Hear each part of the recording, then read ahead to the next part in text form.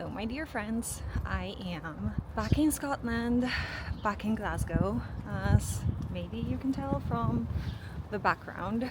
I am back here after about 6 months. Some of you may remember that in September I came to the University of Glasgow for my last conference as a full-time academic. I am back now, not as a full-time academic, but as a guest lecturer for 2 classes in the fantastic and probably world-renowned Masters in Fashion and Textiles at the University of Glasgow.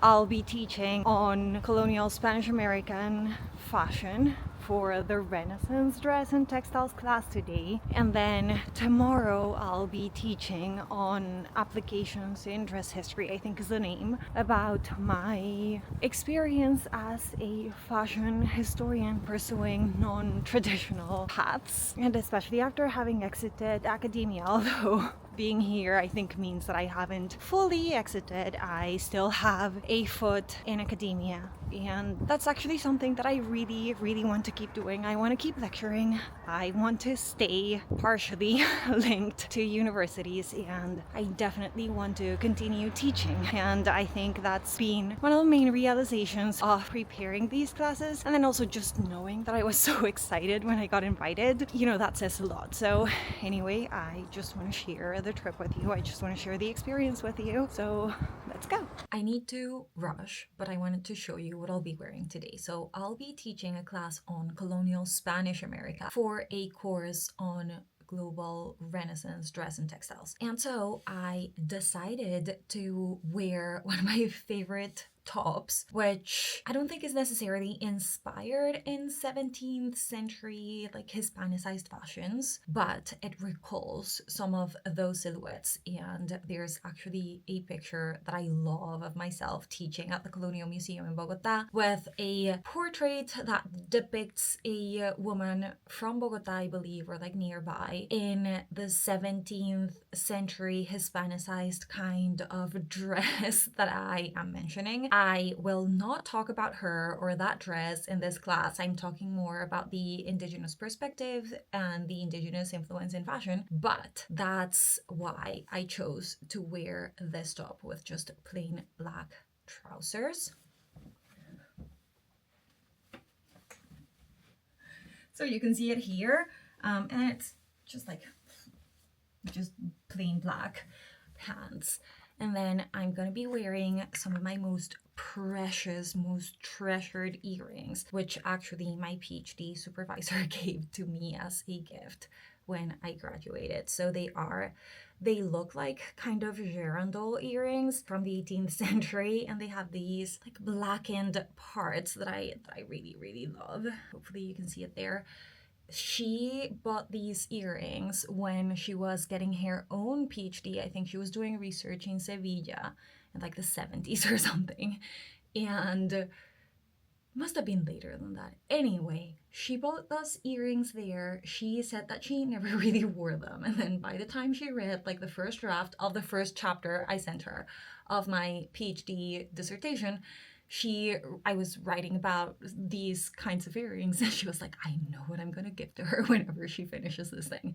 And so she did, and I love them. So this is what I'm wearing today. Of course, a coat because it's cold. It seems like it might rain later today. I'm not really sure. Hopefully it doesn't. And yeah, so this is it. Now let's go because it's late.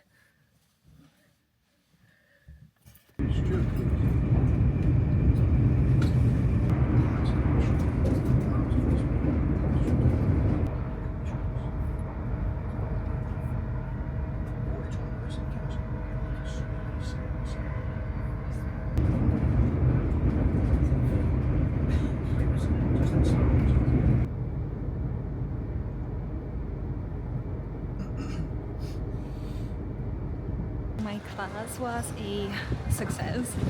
I must say that I keep complaining about academia and teaching, and I honestly love it. So yes, it's a very toxic relationship. I am not endorsing toxic relationships though.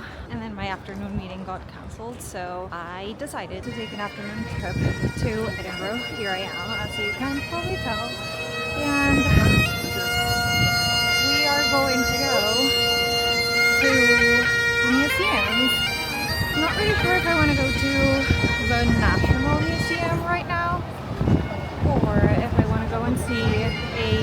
1970s exhibition.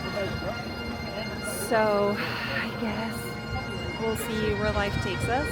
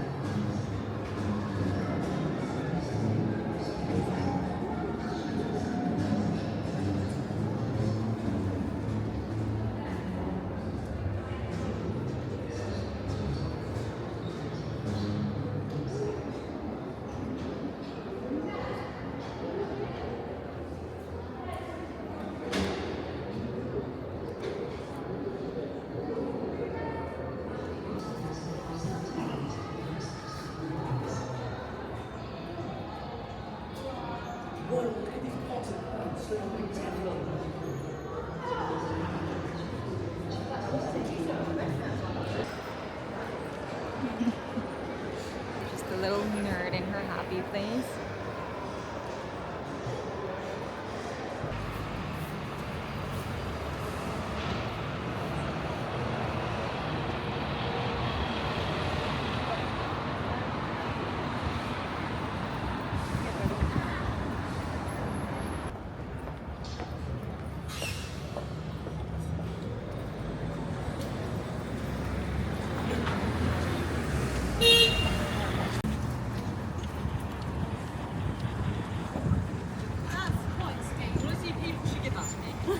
I don't get nearly enough slack the way I do.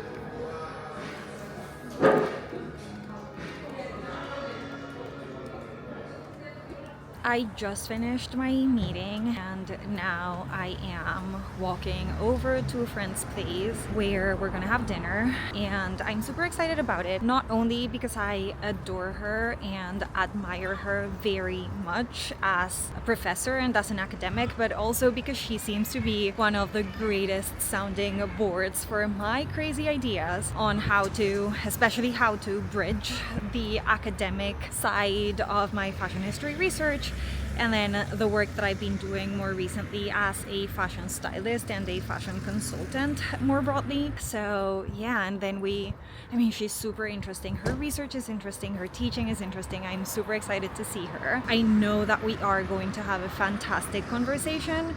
So yeah, I'm excited about that. After dinner, I will most likely just go directly back to Glasgow and the hotel, hopefully have a good night's sleep. And tomorrow morning I need to wake up early to finish preparing my second lecture. I want to double check that everything is in place. This is a new subject that I'll be teaching based actually on my fashion consulting work and some of the community activities that I've been doing, especially in South America. So it is exciting, but it is also scary. So yeah, I just need to finish doing that. And then hopefully I'll have enough time to frolic around Scotland. Good morning. As anticipated, I had a fantastic dinner last night.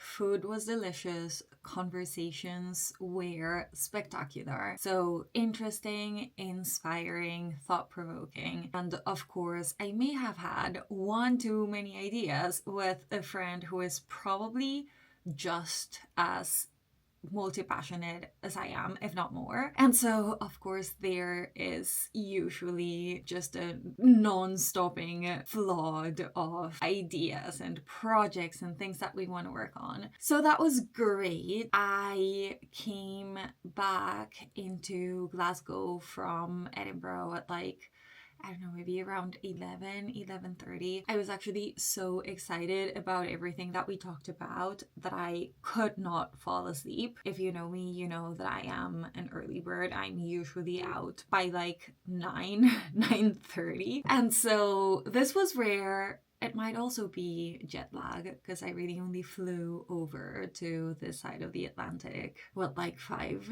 days ago? It's been a whirlwind. In any case, it was great to go see my friends, spend the afternoon in Edinburgh. And today I will be staying in Glasgow. I'm actually taking it kind of easy this morning. So I woke up probably about, an hour and a half or 2 hours ago, had breakfast, did some journaling, and now I need to finish preparing for my second lecture today. I actually had one additional idea yesterday that I want to kind of add, squeeze into my plan. And then after that, I think, what's the time?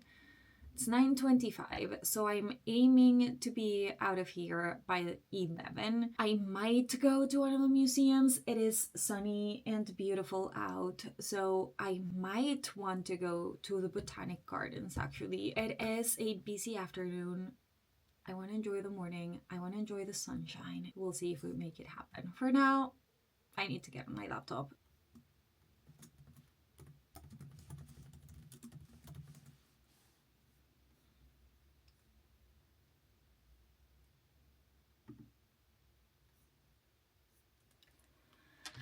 Okay, I have just sent the slides for my lecture today, so that's done. I also did check my email. I have a track record of being awful at checking emails and replying to emails. It just overwhelms me very much, but I am working to change that. So I will check my email today. I will reply to any urgent and unanswered emails. Nothing urgent, it seems, although there is one email that I do need to send. I also need to translate a bit of an abstract thing before doing it, so I don't think I'm going to do that today, or at least not right now, maybe later today. I want to go and explore. So it is 11:15, so I am... Well, actually, no. I was going to say I am 15 minutes ahead of time, but I do still need to put some sunscreen on, makeup, and get my stuff together before I leave. So I am kind of on time-ish. It is still sunny out, which is nice. I'm just going to enjoy the day, enjoy being here in Glasgow, which I love. So, yeah. let's go. I'm not gonna subject you to watching me put my makeup on today, so I'll just get ready and then we'll go. I'm ready, finally. The class today is for a course called Applications of Dress History, and I'm gonna be talking about decolonizing fashion, or actually my approaches to decolonizing fashion and unsettling and, in a way, indigenizing fashion, of course, obviously, as an ally. So I'm wearing an outfit kind of motivated by that, but then also motivated by the complexities and the internal debates that I often face in this journey to decolonize fashion as a white immigrant Latina, which, yeah, it's a big issue. I'm not gonna get into it today.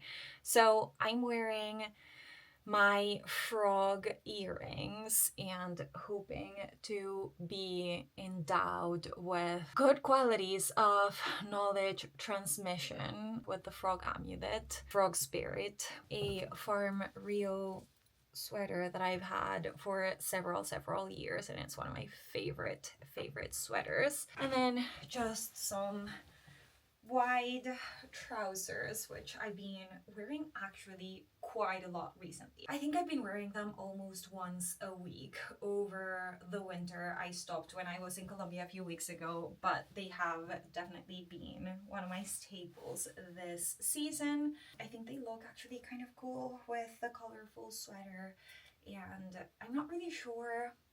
I think my hair looks funny, but I also kind of want to keep it down today instead of pulling it up. So I'm going to keep it like that, but I will bring one of these with me just in case I change my mind.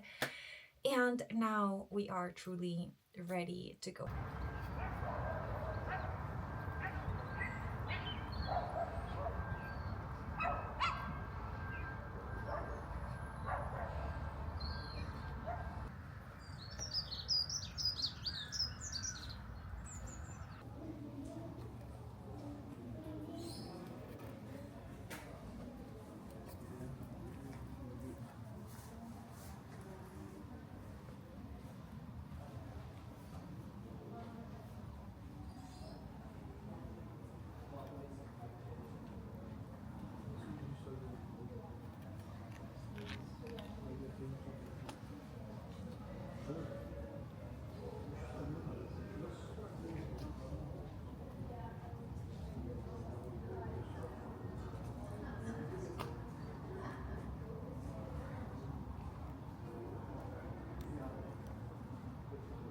You know, the Botanic Gardens. I had lunch, went to my meeting, it went great, and now we are going to go to the museum for just a quick in and out because I do have to go and teach after that. But yeah, we're going there.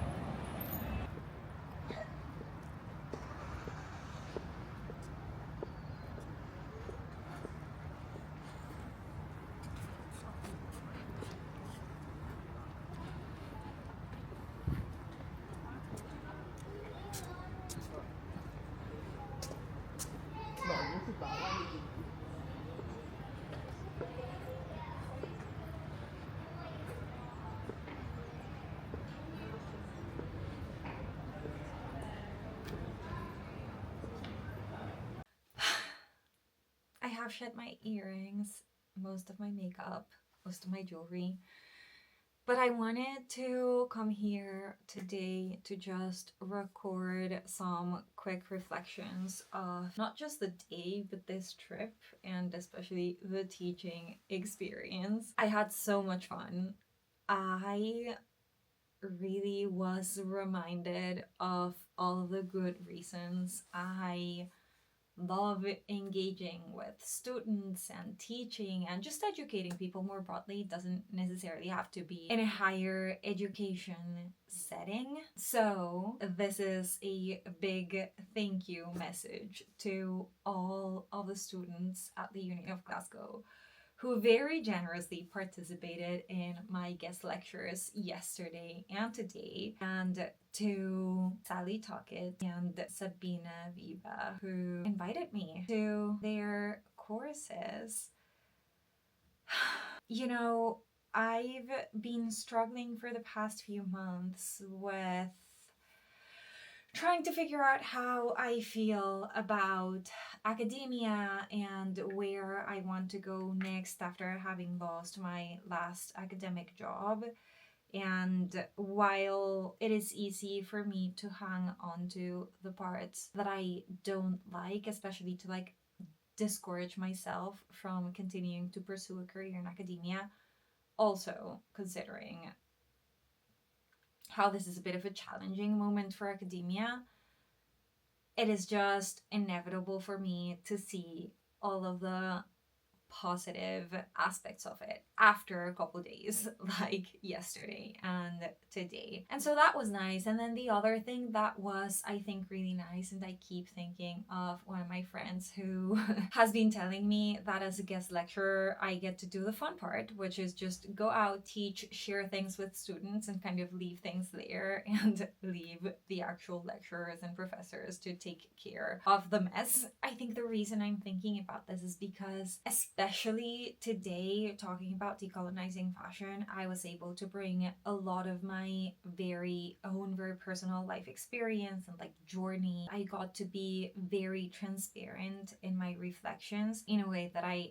don't think I necessarily was previously with my students. And I don't know if this is because I felt that I had to fall into sort of model figure or a figure of authority as their main instruction. So this is why I'm thinking about my friend. Or if it's just maybe part of my personal journey that in disattaching myself, at least partially, from academia, I've also been able to see it through different eyes and then communicate through those different eyes as well, or like communicate from that different experience as well. I don't know, I mean, I guess this is something that I can keep thinking and reflecting about, but I think it was very interesting to see just my approach change after having taken a break from teaching, because I hadn't taught since last May, maybe June. So it's been like 8 months. It's been a while. And so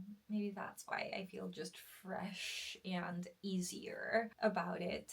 But anyway, all I wanted to say is that I had an absolutely incredible couple days. I had so much fun teaching. And then I just had a lovely dinner with the professors who invited me. We talked about fashion history and academia and a little bit about our research and our classes.